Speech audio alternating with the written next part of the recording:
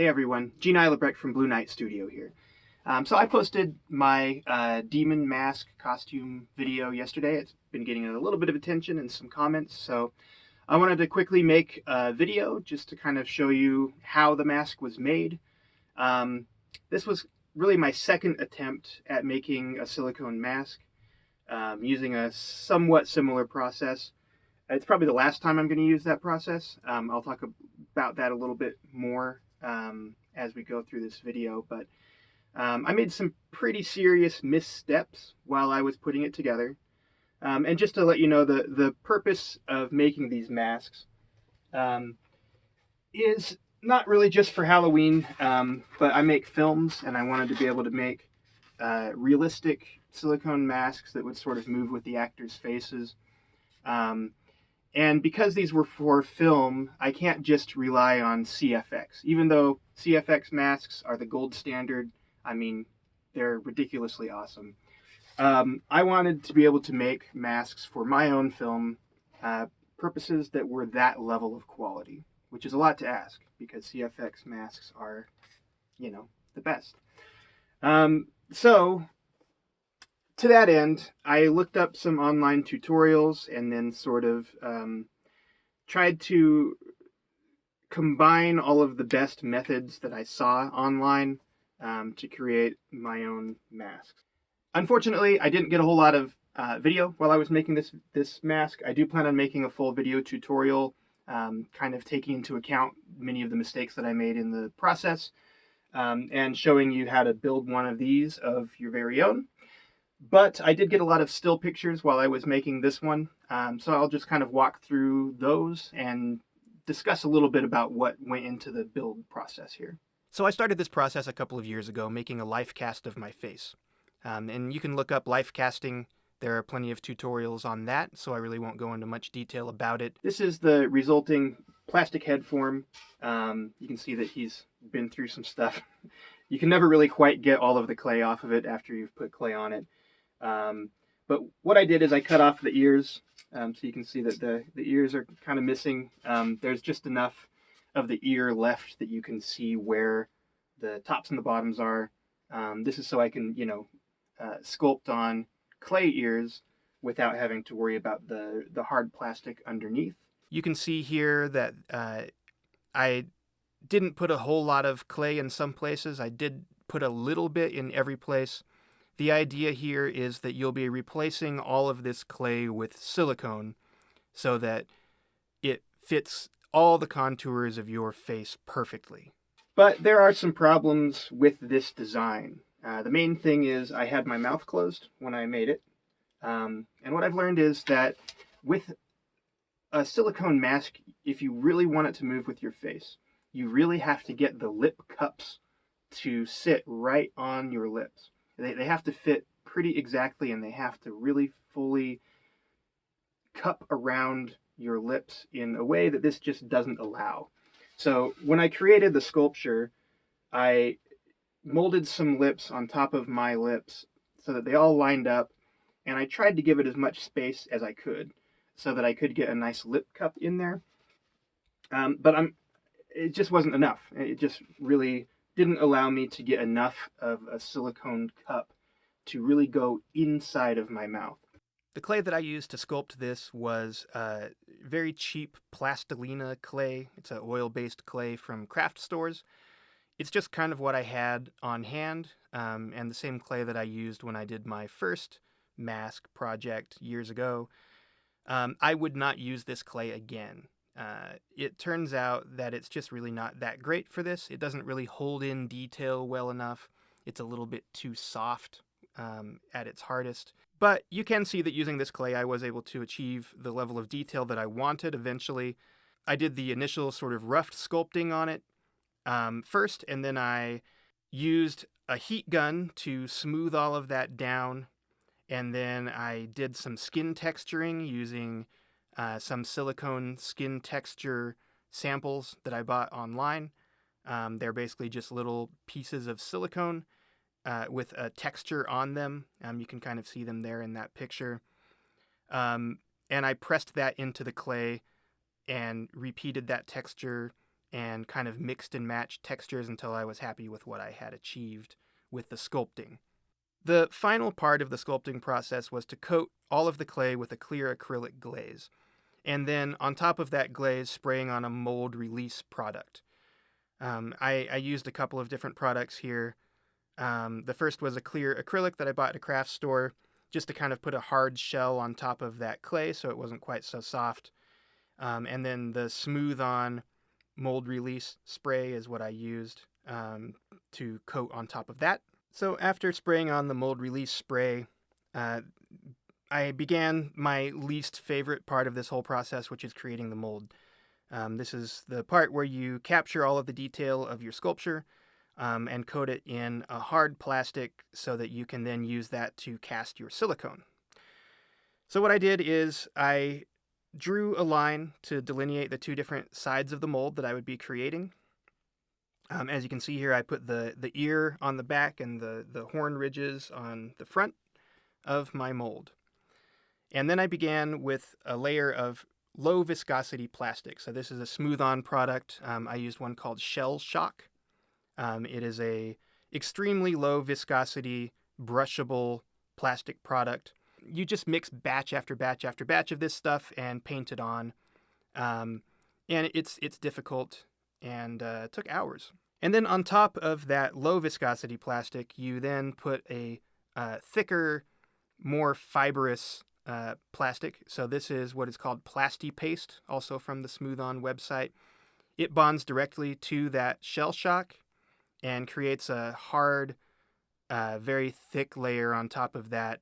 And that gives it rigidity and strength. Without that, you wouldn't be able to get this plastic off of your sculpture without breaking it. So after you have the first half of your mold built out, then you want to put on the next half. I put a layer of Vaseline between the front half and the back half so that they wouldn't stick to each other, and then it's the same process, coating with the low viscosity plastic first, and then the thick Plasti Paste afterward. After your plastic product is fully cured, it's time to open up the mold. This will destroy your clay sculpture. There's nothing you can do about that. You cannot create a mold and also retain the sculpture. It's just not possible. But what you do is you heat up the mold so that the clay becomes soft, and then gently pry at it with a screwdriver to kind of pop it loose.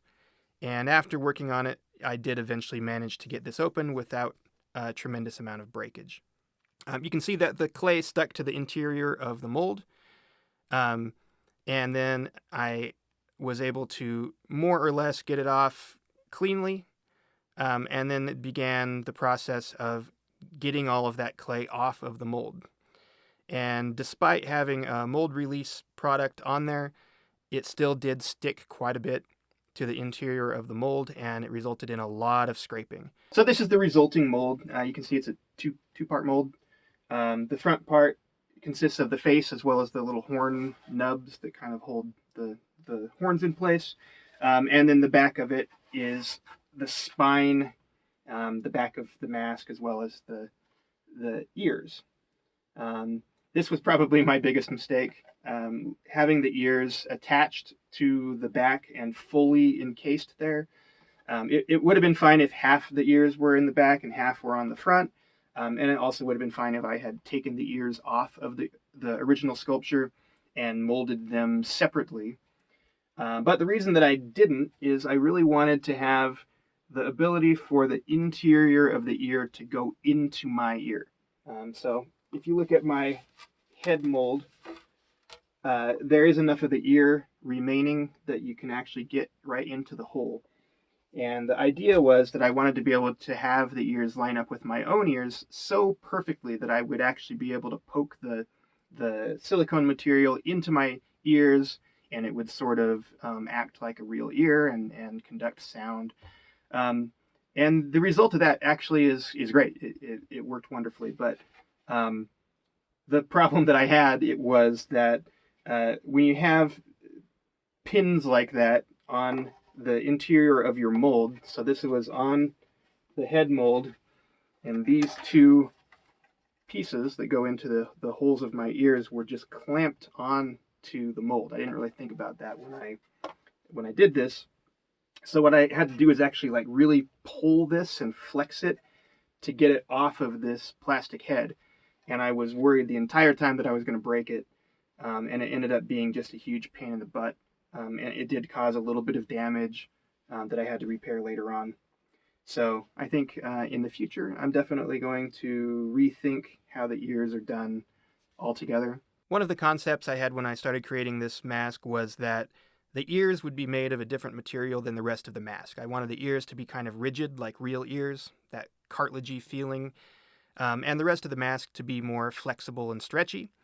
So I used a product called Platsil Gel 10 to fill in the ears as well as those horn ridges. And then the idea was then I would pour the EcoFlex 30 from Smooth On over top of that, and it would all stick together, and I'd end up with basically a two type of silicone product. This was one of my biggest mistakes that I made, actually the biggest mistake, because I poured in the Gel 10, and then I let it sit for way too long. It has about a demold time of half an hour, and it really stuck to the plastic, and I mean permanently bonded to the plastic. There was nothing I could do to get it out of there. I tried scraping, cutting, you name it. It was stuck solid. So I ended up having to buy a product to dissolve the silicone to get it out of the mold so that I could continue making the mask. This is a product I became all too familiar with. It's called Prosoco Sure Clean. It's a Dicone Inc 9. So this is a product that dissolves silicone. So it was literally weeks of pouring this in and waiting for it to dissolve and then cleaning it out, and then pouring more in, waiting for that to dissolve and cleaning it out over and over again.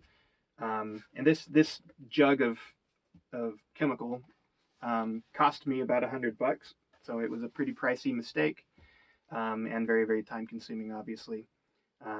So Gel 10 was probably not the best choice in the first place, and really waiting on that demold time was a huge error on my part. So after that first mistake, it was quite a few weeks.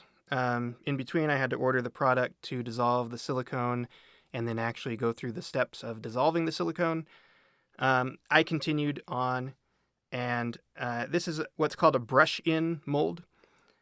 So rather than pouring it in and then just letting it set up, what you have to do is sort of layer it on. So I would mix up batches of silicone, and I would literally paint it in there with a paintbrush. So you'd end up with a very thin layer of silicone to start with, and then build up layers on the interior of the mold, just basically trying to get it to match up to the amount of clay that you used with the sculpture. It's not a very precise process. It's a lot of guesswork. You have to sort of touch and feel and make sure that you're getting the silicone thick enough but not too thick, and especially on the face, where you want a lot of expression. I was trying to keep areas where I really wanted the mask to move well very thin, while I was putting layers of thickness onto areas that I didn't really want to move around much, like the eyebrows, around the ears, that sort of thing, and especially on that spinal column area where I have those kind of nubs. I wanted all of that to be filled in nicely so that it wouldn't move around on me when I was wearing it. So it was kind of difficult to do. Took a lot of effort to get it all right. The first time that I did it, I wasn't extremely happy with the result. I think I achieved a much better result with the red mask after learning from some mistakes from the flesh tone one, but I mean, both of them turned out pretty well. The main silicone product that I used on this mask was Smooth On brand EcoFlex 30. So that's a Sure strength of 30. It's a very stretchy silicone, so it really moves with your face. As it warms up, it becomes even more flexible. The ears on this one, I actually used EcoFlex 50. Yeah, I think it was 50.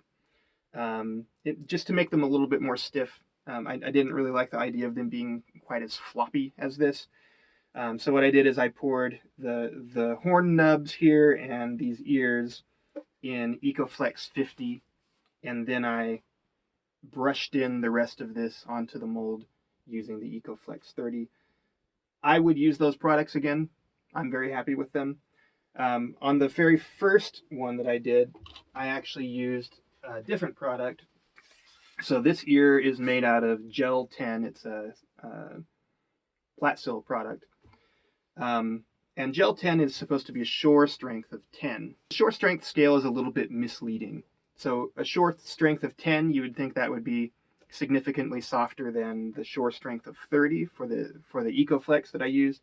But it's actually a much stiffer rubber. This feels very much like a real ear. It's very cartilagey feeling, which is why I wanted to use it. I used it both for these horn nubs as well as the ears. The problem that I had with it was because this is a Platsil product and I was using a smooth-on product for the rest of it, they don't really like to bond together. So I had to pour the main part of the ear using the Platsil Gel 10. And then the last part of the ear, I had to kind of mix the Gel 10 and the EcoFlex so that they made sort of a smooth transition, because I needed to bond EcoFlex to EcoFlex. So this last part of the ear here is kind of a mixture of the two products, and it did take a lot of time and a lot of planning and effort to get that to work out correctly, and in the end it just wasn't worth it. Using the other EcoFlex with a higher shore strength worked out just fine on the red mask. This feels more like a real ear, but nobody's going to be feeling your costume ear, and honestly the Gel 10 just really wasn't worth the hassle, and the EcoFlex 50 was a fine substitution. The horns I didn't make myself, so I guess I was not really telling the truth when I said that the only part of my costume I didn't make was the gloves. I did augment these. These are official Disney branded Maleficent horns. These are made out of a hollow urethane foam. What I did is I cut off the seams. I don't know if you can really see that, but there are some very pronounced seams on these horns. So I cut those off with a razor blade to make it all nice and smooth. I then coated the horns in what's called gesso, which is a painting base that allows other paints to stick to things that paint doesn't normally stick to. Urethane is notoriously non-sticky, so I needed to prepare the surface. And then the idea was that the gesso would be rough enough and it would stick to the urethane so that then I could coat that with silicone, which is exactly what I did.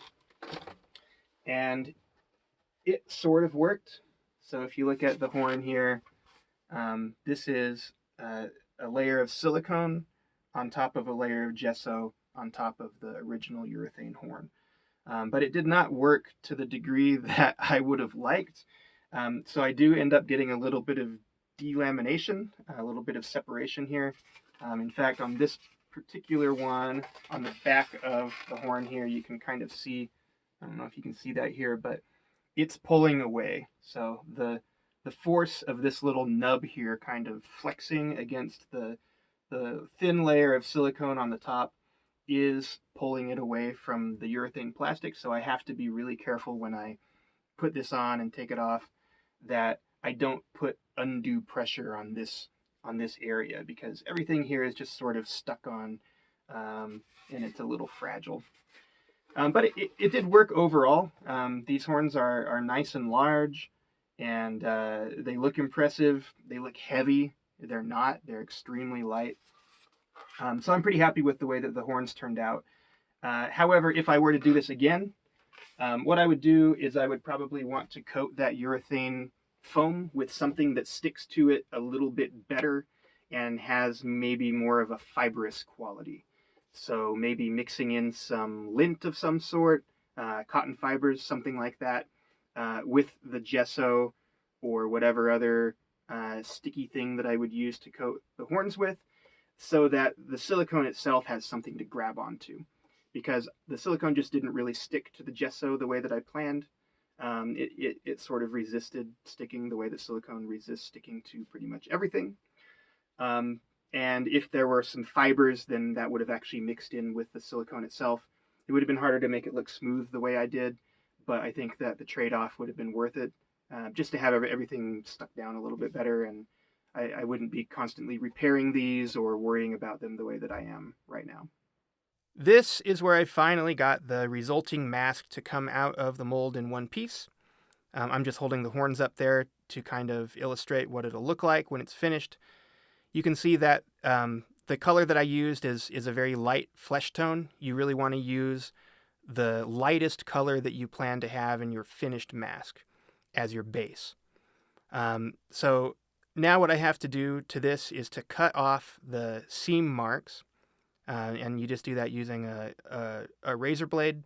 Carefully cut off those seams, trying to retain as much detail as possible without really making those lines noticeable. And then you have to paint the resulting mask, which I did using Smooth On Silk paint, which is a silicone-based paint. It's basically just a really low viscosity silicone, which you then mix with a solvent, which I used naphtha, and then you mix that with also silicone pigment. And I did not use an airbrush, I just used brushes here to really get the detail in the way that I wanted it to. It took me many, many layers of painting to get this mask to look the way I wanted it to.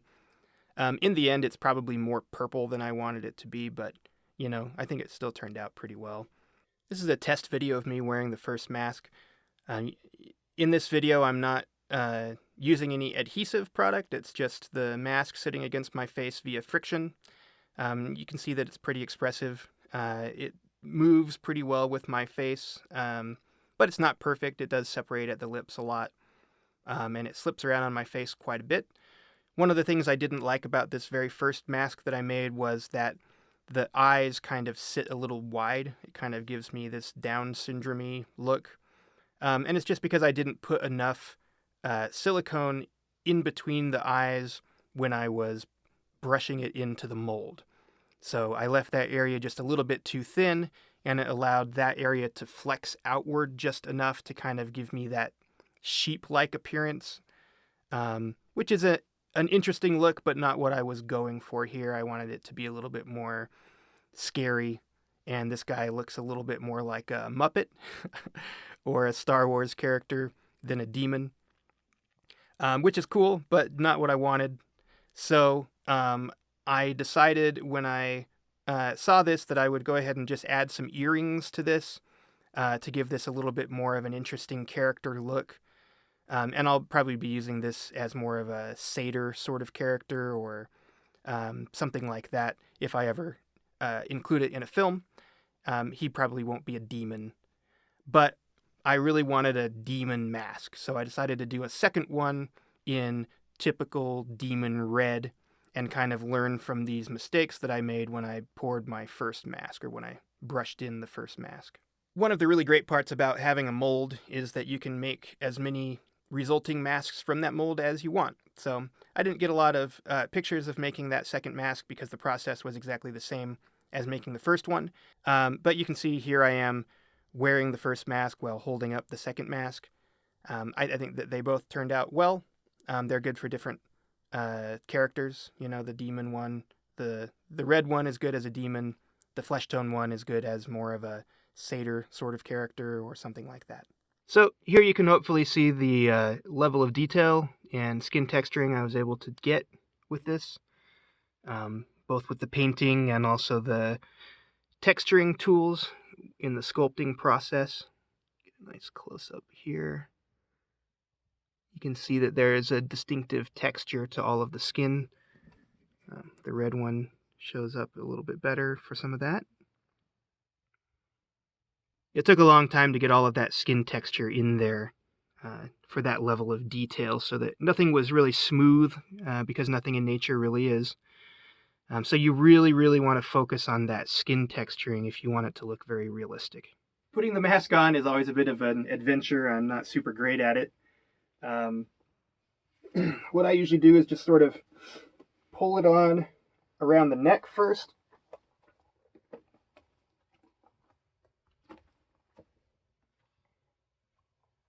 And then I try to get the eyes into place. Handling the horns is always a little bit of a delicate process because I don't want to pull on them and cause that separation. They're very fragile. I try to seat it around the nose and the eyes as well as I can. Make sure that the ears are in place by sticking my fingers into the ear holes and really sort of just pulling it around until it feels naturally seated onto my face. This is a lot easier with a mirror. It feels a little weird to be doing this without the mirror, but I can't tell if that looks good. I guess I'll see when I look at the video, but there it is. Thank you very much. I'm sorry that I tend to ramble a bit when I talk about this stuff. It's exciting to me, so I hope it was exciting to you, and I hope that you enjoyed seeing the process that I used to make this mask. As I mentioned, I will be doing additional video tutorials using a different process, so I won't be using a brush-in mold. The brush-in mold just didn't really work out for me. I'll also be building a new plastic head mold, so I won't be using this plastic head mold again. This is kind of its last hurrah, and I'll be making a new life cast that is a little bit bigger and has a little bit of a parting of the lips so that I can get the resulting mask to sit a little bit better on my face. But thank you very much for joining me, and I hope that you subscribe and stay with me to watch my future videos and my future adventures with mask making. Thanks a lot, everyone.